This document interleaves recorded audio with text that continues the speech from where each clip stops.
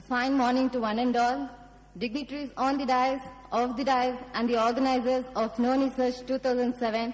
I first of all would like to thank you all for giving me an opportunity to present my project work done during my BTech degree. I've done the project on in vitro analysis and screening of Morinda citrifolia fruit extract for antifungal activity using Vero cell line.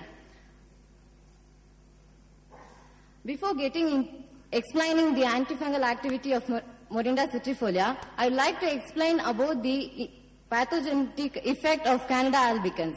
Candida albicans.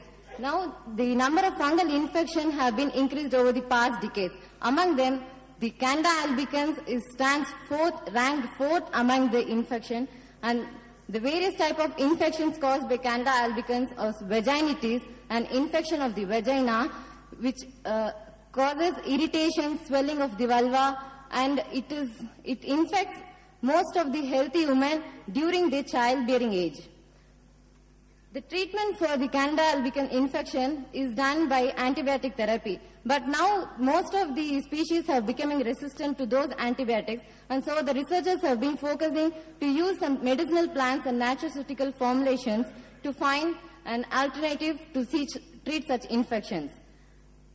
Vulvovaginal candidiasis is one such infection caused in the healthy woman during the childbearing age. The severity of infection depends on most of the factors such as fungal morphogenesis, the adhesion on the skin, and various. It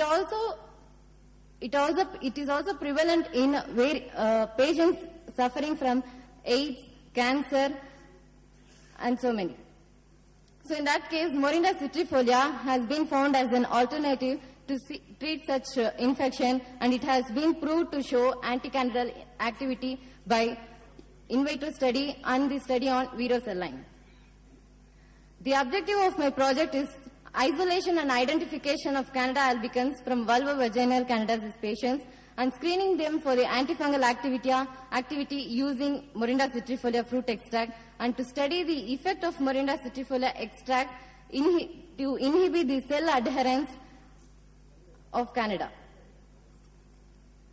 So the methodology involved is the isolation and identification of Candida albicans from vulvovaginal candidiasis patients.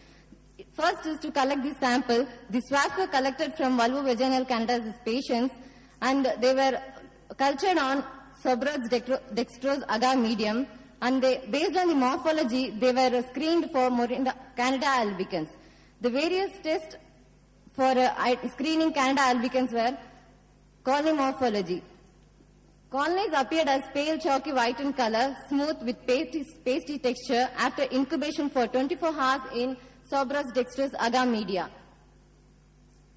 And based on the microscopic identification, it was screened for the species albicans.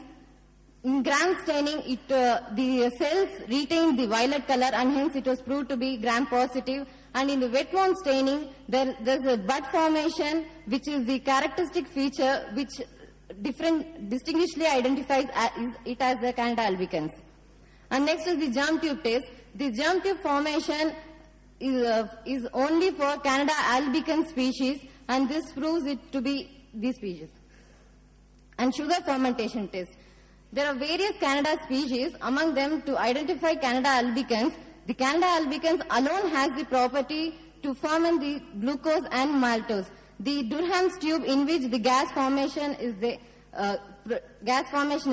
it has come to the top, and this shows the high activity of fermenting these sugars by Candida albicans. And next is the chlamydus spore formation. This is done on corn meal tween 80 agar, where the white spores appeared after 24 hours of incubation on this media. So pathogenesis of Candida albicans, it is a normal bowel flora present in a body. But due to the antibiotic therapy in various patients like AIDS, cancer, the normal bacteria are suppressed and the Candida albicans overgrowth is there. Thereby what happens is the Candida albicans traverse through the bloodstream and it affects the immune system. The virulence factors associated with this are the fungal morphogenesis, toxin synthesis, and the tissue adhesion. The main adherence is considered as the most